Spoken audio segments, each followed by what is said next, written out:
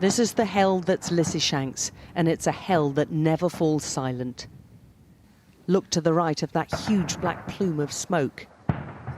That fresh puff is yet another shell exploding on an horizon already foggy with destruction. The city's being surrounded by Russian troops bit by bloody bit. This bridge over the railway was the main route in. The Russian circle's nearly complete. The attackers are using brute force to sledgehammer their way in from several directions. We drove in as they mounted their latest ferocious onslaught on the city's oil refinery, the second largest in Ukraine. I don't think we should hang around here too long. It felt akin to riding into some sort of Armageddon. Lysychansk is the last remaining stronghold in the Luhansk region of the Donbass. Losing this city will be a monumental loss.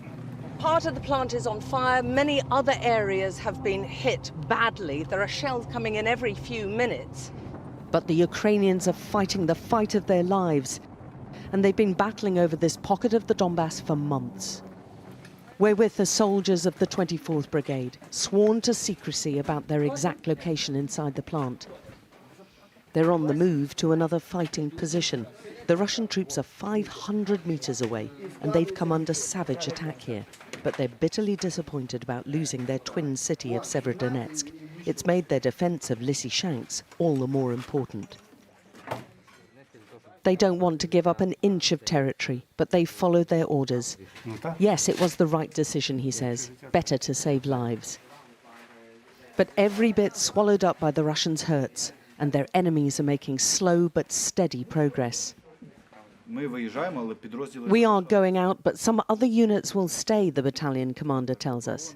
He goes on to insist no one's leaving Lysychansk. We just want to regroup in a better position, he says. But the Ukrainian hold on this city looks very tenuous right now. But even as they hastily relocated, there was an air of this being the final battle for Lysychansk. They've held the Russians at bay for weeks now, forcing some heavy losses on them and buying time to build up defences in Donetsk, the second half of the Donbass where the Russians will move to next. But they're coming under intense pressure on the Donbass battlefield, and even relocating involves casualties as they're forced to run the gauntlet of fresh shelling. Amid the mayhem of this grim fighting, the explosions and hurry to shift has led to a head-on crash. The injured are having to be rapidly extracted and treated, whilst the heavy smog offers them some slight cover. Those who make it out alive from the line of fire are utterly exhausted and high on relief and almost surprised they're still in one piece. Hello. But there's a growing exasperation at what they see as the delay in sending long-range artillery and better weapons for them to somehow finish this fighting. It would be much better if you send us some new weapons. Are you struggling with the stuff you've got at the moment? Well, can't say that we're struggling, but it would be much better, you know. They take high losses, we need to retreat, but in the end, again, they will go forward again, we will beat them with artillery. They will, again, they have a great amount of losses. So what's your message to NATO and the rest of Europe? Stop being The foot soldiers aren't mincing their words anymore. But there's a determination and courage here that far outstrips the diminishing odds of victory, even as they race to a front to replace colleagues and where they're vastly outnumbered and outflanked.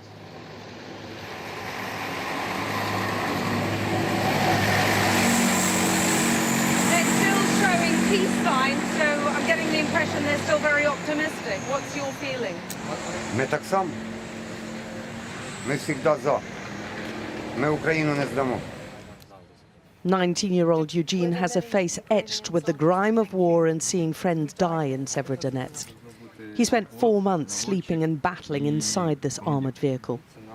He's old enough to fight and nearly die, but young enough to question withdrawing from Lysychansk. Конечно, обидно, потому что если мы просто его, считай, почти отдали. Сєвєродонецьк, да, нас там задавили, а з Lysychanska просто починаємо виходити. Ну, лично моє мнение, там можна було б ще хоч трохи не подати. But the city is being changed beyond recognition, with every major landmark in the centre damaged or destroyed. It's a mass of debris and destruction. The city's authorities and police say already about 3/4 of the area is devastated. There are several thousand residents still here, where the rumble of deadly weaponry is now part of their daily routine and increased with a savage intensity over the past few days.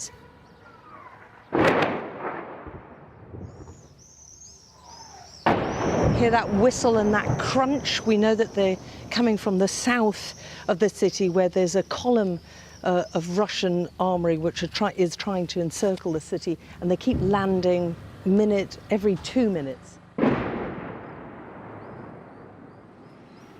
We saw no sign of any Russian troops inside Lysychansk, despite Russian claims, but we did spot the Ukrainians driving back captured Russian armour, their blue and yellow flag flying above it now. But even amid this small triumph, there are shells coming in, forcing the curious nearby residents to take cover again. The Ukrainians are inflicting some serious casualties on their Russian enemies, but it's still not enough to hold them back. Civilians led us to the body of a Russian soldier, which they say was dumped out of the captured personnel carrier. He'd obviously been badly hurt and had a tourniquet around his leg. The discarded Russian army uniforms were laid out for the residents to see, while the police documented all the evidence for any future investigation, including exactly how he died and what he was doing. With no electricity, there's no operating morgue, but his DNA will be taken to try to identify him. Це, найперш за все, люди. І з нашої сторони буде зроблено все, щоб тіло потрапило до родичів. Volunteers have the awful task of bagging the corpse. Then the body is loaded into one of the few operating vehicles in the city.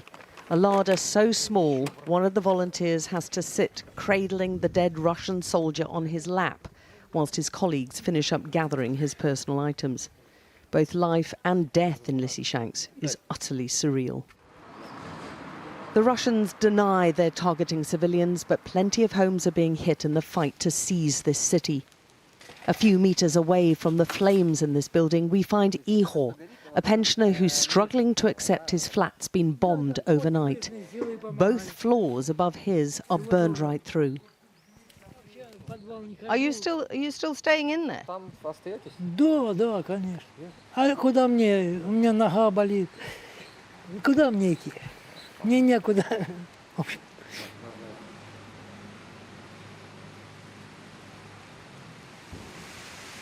With smoking flats all around him, his determined sprinkling of water to bring down the heat doesn't seem nearly enough to stop the fire's march.